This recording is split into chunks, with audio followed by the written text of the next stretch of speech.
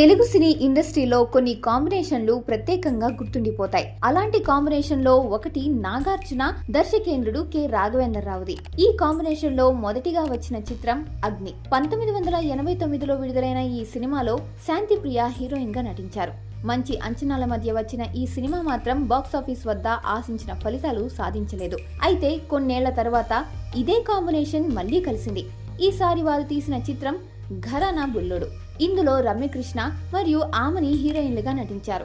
ఈ సినిమా విడుదలైన తర్వాత ప్రేక్షకుల నుంచి మంచి స్పందన పొందారు. ముఖ్యంగా సంగీతం కూడా ఈ చిత్ర విజయానికి పెద్ద ప్లస్ అయింది. ఘరానా బుల్లోడు 10 కేంద్రాలలో 100 రోజుల ప్రదర్శితమవడం ఆ కాలంలో పెద్ద విజయంగా భావించబడింది. ఈ సందర్భంగా హైదరాబాద్లో ఘనంగా శతదినోత్సవ వేడుకలు నిర్వహించారు.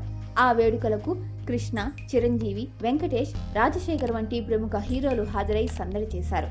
అప్పటి రోజుల్లో ఒక సినిమా 100 రోజులు పూర్తి చేస్తే అది ఇండస్ట్రీ మొత్తం జరుపుకునే వేడుకగా మారేది. హీరోలు, దర్శకులు, నిర్మాతలు అందరూ కలిసి ఆ విజయాన్ని సెలబ్రేట్ చేసుకునేవారు. కానీ కాలం మారింది. ఇప్పుడు శతదినోత్సవ వేడుకలు అనే మాట చాలా అరుదుగా వినిపిస్తోంది. ఇప్పుడు సినిమాల విజయాన్ని మొదటి రోజు కలెక్షన్లు, ఓపెనింగ్స్, షేర్, గ్రాస్ వంటి సంఖ్యలతోనే కొలుస్తున్నారు. అప్పటి సంబరాలు, ఆ ఉత్సాహం ఇప్పుడు తగ్గిపోయిందనే భావన చాలా మందిలో ఉంది.